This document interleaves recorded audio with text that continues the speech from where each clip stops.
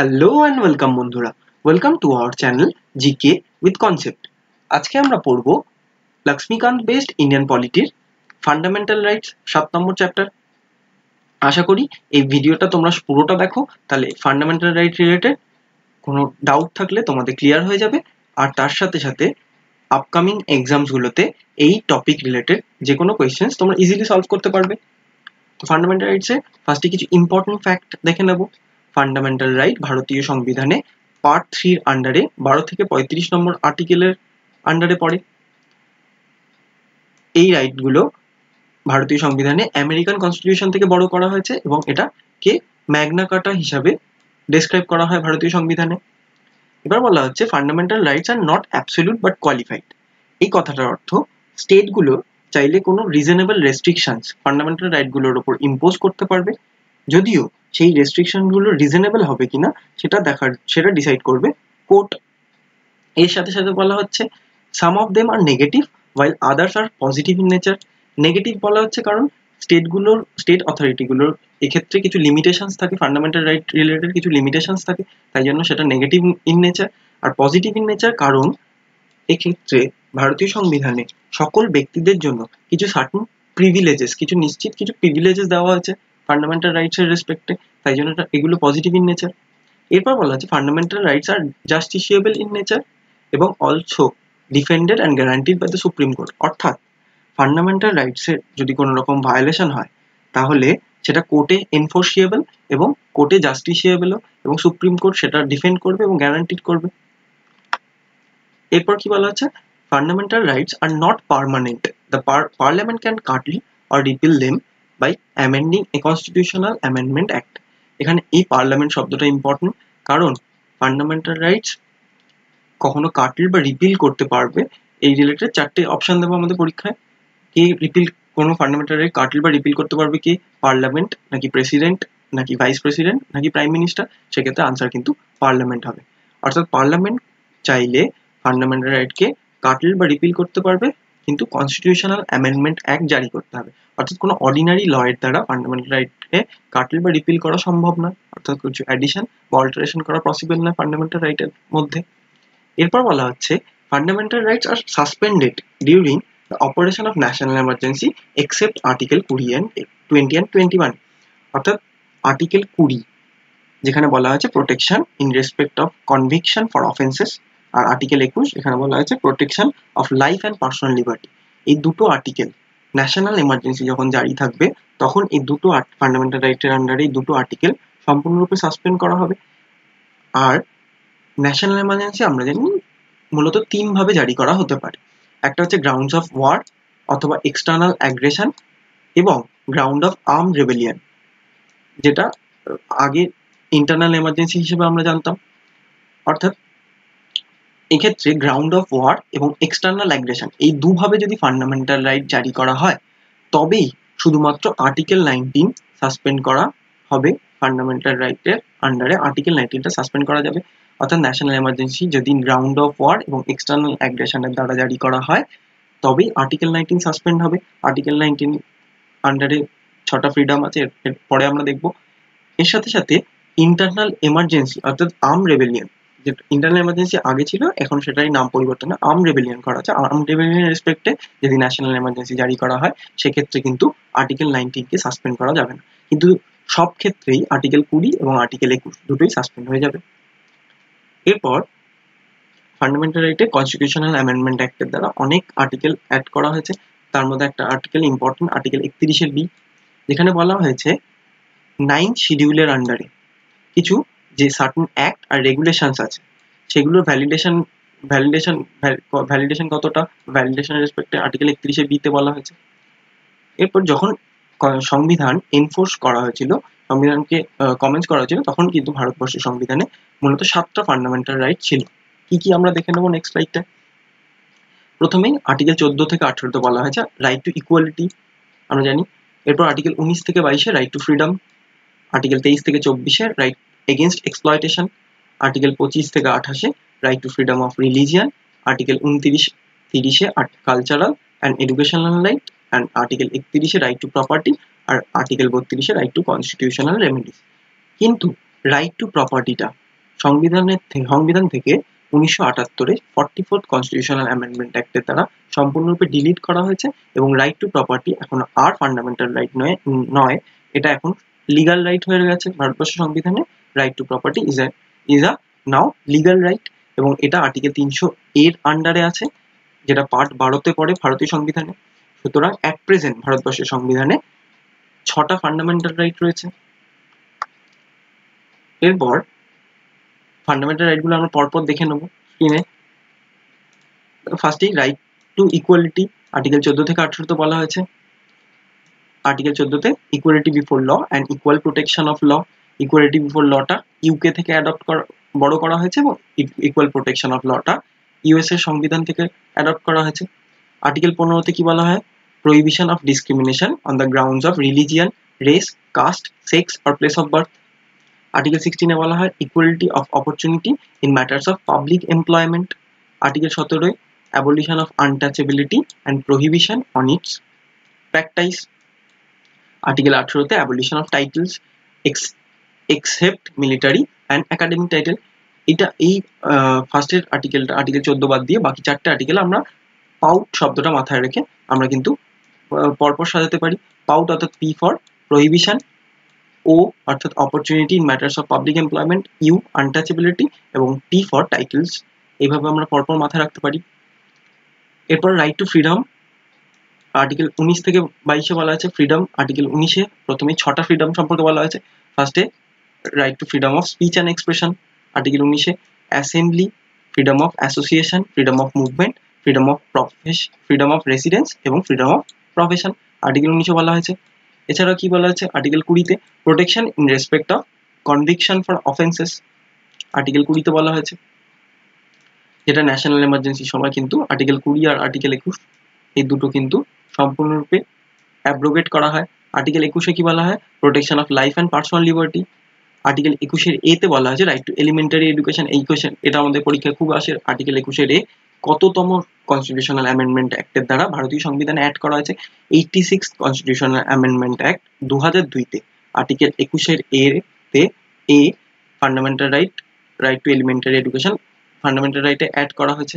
এরপর আর্টিকেল 22-এ বলা হয়েছে কি? Protection against arrest and detention in certain cases. Article 22টা ইম্পর্টেন্ট কি রেসপেক্টে আমরা দেখেছি এর আগের ভিডিওতে, সিটিজেনশিপের ভিডিওতে।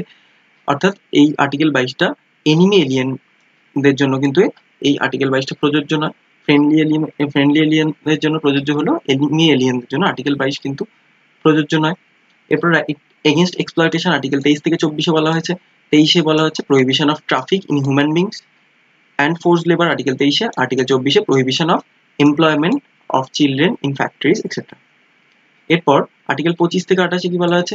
Right to freedom of religion, যেখানে 25-এ বলা হয়েছে freedom of conscience and free profession, practice and propagation of religion. Article 26-এ বলা হয়েছে freedom of manage religious affairs. Article 27-এ কি বলা হয়েছে? Freedom from payment of taxes for promotion of any religion. এরপর আর্টিকেল 28-এ বলা আছে freedom from attending religious instruction or worship in certain educational institutions. এরপর আর্টিকেল 29 আর 30-এ কালচারাল আর এডুকেশনাল রাইট বলা হচ্ছে। কি কি? Protection of language, script and cultural minority, article 29 আর 30-এ right of minorities to establish and administer educational institution, article 29 আর 30-এ এই দুটো বলা হয়েছে। এরপর আর্টিকেল 32-এ আমরা পরে দেখব রাইট টু কনস্টিটিউশনাল রেমেডিস।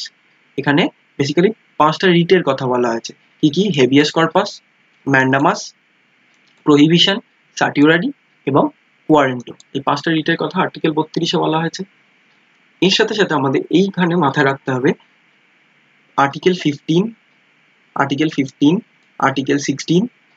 15, 16, এছাড়াও আর্টিকেল 15, 16, আর্টিকেল 19 এই আর্টিকেলটা, এবং আর্টিকেল 29 আর আর্টিকেল 30। আর্টিকেল 29 আর আর্টিকেল 30 এই 5টা আর্টিকেল কিন্তু শুধুমাত্র ভারতীয় সংবিধানে ভারতীয় সিটিজেনদের জন্যই প্রযোজ্য। কোন রকম ফরেনারদের জন্য এই 5টা আর্টিকেল প্রযোজ্য না। আমরা সিটিজেনশিপে দেখে এসেছি কি কি? আর্টিকেল 15, 16, 19, 29 এবং 30 এই 5টা আর্টিকেল। নেক্সট স্লাইডে আমরা কি দেখব? আর্টিকেল 12-তে বলা হচ্ছে ডেফিনেশন অফ স্টেট। অর্থাৎ এক্ষেত্রে আমরা জানি ফান্ডামেন্টালের 12 থেকে 35-এ 12তে কি বলা হয়েছে, স্টেটের ডেফিনেশন মূলত দেওয়া আছে, যেখানে ভারতবর্ষের পার্লামেন্ট এবং গভর্নমেন্টের কথা বলা আছে, এক্সিকিউটিভ লেজিসলেটিভ অর্গানের কথা বলা আছে, এছাড়া ইউনিয়ন গভর্নমেন্টের কথা বলা আছে। এর সাথে সাথে স্টেট গভর্নমেন্ট, স্টেট লেজিসলেচারের কথা বলা আছে ডেফিনেশন অফ স্টেটের আন্ডারে, আর বিভিন্ন লোকাল অথরিটি অর্থাৎ মিউনিসিপ্যালিটিস, পঞ্চায়েত, ডিস্ট্রিক্ট বোর্ড, এইসব ইমপ্রুভমেন্ট ট্রাস্ট, এগুলোর কথা বলা হয়েছে ডেফিনেশন অফ স্টেটে। এছাড়াও বিভিন্ন লোকাল অথরিটি ছাড়াও বিভিন্ন স্ট্যাচুটারি, নন স্ট্যাচুটারি অথরিটি অর্থাৎ এলআইসি, ওএনজিসি, সেল, এদের কথা ডেফিনেশন অফ স্টেটে আর্টিকেল 12তে বলা হয়েছে। এরপর আর্টিকেল 13তে বলছে laws inconsistent with fundamental right, অর্থাৎ ফান্ডামেন্টাল রাইট রিলেটেড কোনো ল যদি জারি করা হয় তাহলে সেটা ভয়েড বলে স্বীকৃতি পাবে। অর্থাৎ কোনো ল জারি করা, অর্ডিনারি ল জারি করলে ফান্ডামেন্টাল রাইটে কোনো, আমরা জানি এর আগেও দেখলাম, অ্যাডিশন বা অল্টারেশন করা পসিবল না, শুধুমাত্র কনস্টিটিউশনাল অ্যামেন্ডমেন্ট অ্যাক্টের দ্বারাই এটা অ্যাডিশন করা যেতে পারে। এরপর আর্টিকেল 32, যেটা আমরা এর আগেও দেখলাম, doctor B R Ambedkar article 32-কে heart and soul of the Indian constitution বলেছেন, এবং তার সাথে সাথে আমরা জানি আর্টিকেল 32-কে কনস্টিটিউশনাল রেমেডিস হিসেবে বলা হয়। এতে আর্টিকেল 32-এ মূলত 5টা রিটের কথা বলা হয়েছে। ফার্স্টলি হেভিয়াস কর্পাস, এটা একটা ল্যাটিন নাম, যার অর্থ হচ্ছে to have the body of. এই হেভিয়াস কর্পাসের রেসপেক্টে, হেভিয়াস কর্পাসে কি বলা হয়, বেসিক্যালি কোনো ব্যক্তি অন্য কোনো ব্যক্তিকে ডিটেইন করতে পারে, এবং ওই ডিটেইনড ব্যক্তিটা ঠিক লিগালি ডিটেইন হয়েছে কিনা সেটা এক্সামিন করার জন্য সেটা কোর্ট এক্সামিন করতে পারে, এবং কোর্ট যদি দেখে যদি ইললিগালি তাকে ওই ব্যক্তিটা অন্য কোনো ব্যক্তিকে যদি ডিটেইন করে থাকে, তাহলে কোর্ট তাকে ডিটেনশন ফ্রি করবে এবং পার্সনটাকে ফ্রি করে দেবে। এবং এই রিটটা, অর্থাৎ এই রিটটা আমরা দেখতে পেলাম হেভিয়াস কর্পাস পুরোপুরি ইন্ডিভিজুয়াল লিবার্টিকে শো করছে, ইন্ডিভিজুয়াল লিবার্টি ক্লেম করতে পারবে কেউ, কোনো ইন্ডিভিজুয়াল লিবার্টি চাইলে, মানে অন্য ভুলবশত কোনো ব্যক্তি অন্য কোনো ব্যক্তিকে তার পাওয়ারের রেসপেক্টে যদি কোনো ডিটেনশন করে থাকে, তবে তার ইন্ডিভিজুয়াল লিবার্টি ক্লেম করে হেভিয়াস কর্পাস রিটটা জারি করে ভারতীয় সংবিধানে সে ডিটেনশন ফ্রি হতে পারবে।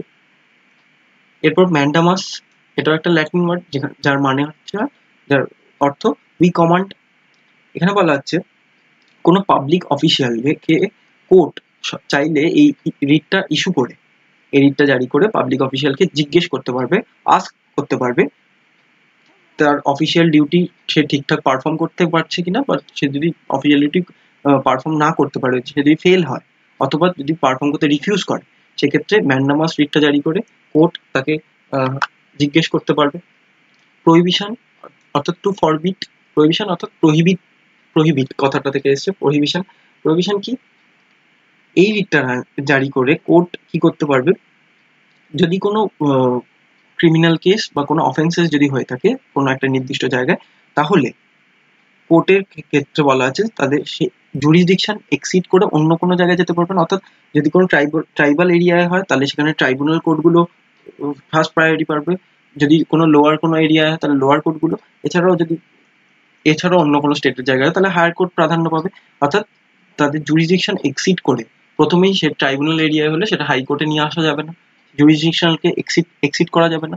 অর্থাৎ এই প্রহিবিশন রিটটায় মেনলি বলা আছে পুরো ইনঅ্যাক্টিভিটির কথা, অর্থাৎ জুডিশিয়াল ইনঅ্যাক্টিভিটির কথা বলা আছে, এবং এটা শুধুমাত্র জুডিশিয়াল আর কোয়াসি জুডিশিয়াল অথরিটির এগেনস্টেই জারি করা যেতে পারবে প্রহিবিশন রিটটা। এছাড়া এটা কিন্তু অ্যাডমিনিস্ট্রেটিভ কোনো অথরিটি বা লেজিসলেটিভ বডি বা প্রাইভেট ইন্ডিভিজুয়াল বডির জন্য এই রিটটা কিন্তু অ্যাভেলেবেল নয়। এরপর সার্টিফাইডিতে কি বলা আছে, to be certified or to be informed, এটা একটা ল্যাটিন ওয়ার্ড। এক্ষেত্রে আগের যে কথাগুলো বলা আছে, অর্থাৎ হায়ার কোর্ট, লোয়ার কোর্ট বা ট্রাইব্যুনাল কোর্টে কোনো রকম জাম্প করা যাবে না, অর্থাৎ মানে সেখানে যদি কোনো ঘটনা ঘটে তাহলে সেখানেই ফার্স্টে জানাতে হবে। কিন্তু এখানে বলা হচ্ছে যদি কোনো কেস পেন্ডিং থাকে তাহলে ট্রাইব্যুনাল কোর্ট সেই কেসটাকে লোয়ার কোর্টে, বা লোয়ার কোর্ট সেই কেসটাকে হায়ার কোর্টে ট্রান্সফার করতে পারবে সহজে, এবং কেসটাকে এইভাবে সলভ করা যাবে। অর্থাৎ এক্ষেত্রে এই সার্টিফাইড অ্যাক্টের দ্বারা, সার্টিফাইড রিটটার দ্বারা ফান্ডামেন্টাল রাইটে এই রিটটা প্রিভেন্টিভ হচ্ছে অ্যাজ ওয়েল অ্যাজ কিউরেটিভ হচ্ছে। এটা কিওরও করছে জুডিশিয়াল রিভিউটাকে এবং প্রিভেন্টও করছে। এছাড়াও it can be issued against the judicial and quasi judicial authority. এটা জুডিশিয়াল কোয়াসি জুডিশিয়াল দুটো অথরিটির এগেনস্টে ইউজ করা যেতে পারবে। এছাড়াও অ্যাডমিনিস্ট্রেটিভ অথরিটি এগেনস্টেও সার্টিফিকেট রিটটা জারি করা যেতে পারে, যেটা কিন্তু অ্যাডমিনিস্ট্রেটিভ অথরিটির এগেনস্টে প্রহিবিশন রিটটা জারি করা যেত না। এরপর কি ওয়ারেন্টো, এটাও একটা ল্যাটিন টার্ম যেটা অর্থ by the authority or warrant. এর মানেটা শুনে আমরা বুঝতে পারছি কোনো ব্যক্তি যদি তার নামের এগেনস্টে ক্লেম করে বা তার পদে কোনো পাবলিক অফিসের সাথে যুক্ত কোনো ব্যক্তি তার নামের এগেনস্টে বা তার পদের এগেনস্টে ক্লেম করে বা তার নামের অন্য কেউ ক্লেম করে যদি কোনো খারাপ কোনো কাজ করে, ইল্লিগাল কোনো কাজকর্ম করে, তাহলে তাকে এনকোয়ার করতে পারবে কোর্ট, এবং কোর্ট এনকোয়ার করে সম্পূর্ণ লিগ্যালিটি ক্লেম করার জন্য পার্সনটাকে সম্পূর্ণভাবে জিজ্ঞেস করতে পারবে তার পাবলিক অফিসে সেরকম করতে পারবেন। এবং এটা can not be issued against the ministerial or private office এবং মিনিস্ট্রিয়াল ক্ষেত্রে কিন্তু এই ওয়ারেন্ট রিটটা জারি করা যাবে না। এরপর আর্টিকেল 33-এ কি বলা হচ্ছে, application to the members of arm forces, paramilitary forces, police forces, intelligence agencies and analogous service can be restricted or abrogated by the parliament। অর্থাৎ পার্লামেন্ট কোনো ফান্ডামেন্টাল রাইট অ্যাব্রোগেট করতে পারবে, রেস্ট্রিক্ট করতে পারবে, অ্যাব্রোগেট করতে পারবে কাদের ক্ষেত্রে, এই সকল ব্যক্তি যারা এই সকল প্রফেশনের সাথে জড়িত, arm force, paramilitary force, police force, intelligence agency, এইসব সার্ভিসের ক্ষেত্রে জড়িত, তাহলে পার্লামেন্ট চাইলে রেস্ট্রিক্ট বা অ্যাব্রোগেট করতে পারবে আর্টিকেল 33 আন্ডারে তাদের রাইটগুলো। এরপর আর্টিকেল 34-এ কি বলা হয়েছে, যে রাইটগুলো তাদের অ্যাব্রোগেট বা রেস্ট্রিক্ট করতে পারবে পার্লামেন্ট, সেখানে যদি মার্শিয়াল ল বা মিলিটারি রুল যদি ইম্পোজ করা থাকে, মার্শিয়াল ল যদি ইনফোর্স থাকে কোনো এরিয়াতে, তাহলেও সে পার্লামেন্ট চাইলে সেই আর্ম ফোর্স, মিলিটারি ফোর্সের জন্য ফান্ডামেন্টাল রাইটগুলো অ্যাব্রোগেট করতে পারবে। মার্শিয়াল ল অর্থাৎ কি, এটার মানে হচ্ছে মিলিটারি রুল, যেটা কোনো অ্যাবনর্মাল পরিস্থিতিতে অর্ডারকে রিস্টোর করার জন্য মিলিটারি রুল জারি করা হয়ে থাকে গভর্নমেন্টের পক্ষ থেকে, স্টেট গভর্নমেন্টের পক্ষ বা সেন্ট্রাল গভর্নমেন্টের পক্ষ থেকে। এটা কিন্তু সম্পূর্ণরূপে ন্যাশনাল এমার্জেন্সির মতো না, ন্যাশনাল এমার্জেন্সি থেকে সম্পূর্ণ আলাদা মিলিটারি রুল। অর্থাৎ মিলিটারি রুল বা মার্শাল ল কোন আর্টিকেলে বলা হয়েছে, আর্টিকেল 34। তো আমাদের ভিডিওটা এই পর্যন্তই। ভিডিওটা যদি ভালো লেগে থাকে তাহলে প্লিজ লাইক করো, কমেন্ট করো, আর বন্ধুদের সাথে শেয়ার করো। আর যাওয়ার আগে চ্যানেলটাকে সাবস্ক্রাইব করে দাও, আর পাশে বেল আইকনটা প্রেস করে দাও এইরকম ভিডিওর রেগুলার নোটিফিকেশন পাওয়ার জন্য। Thank you so much.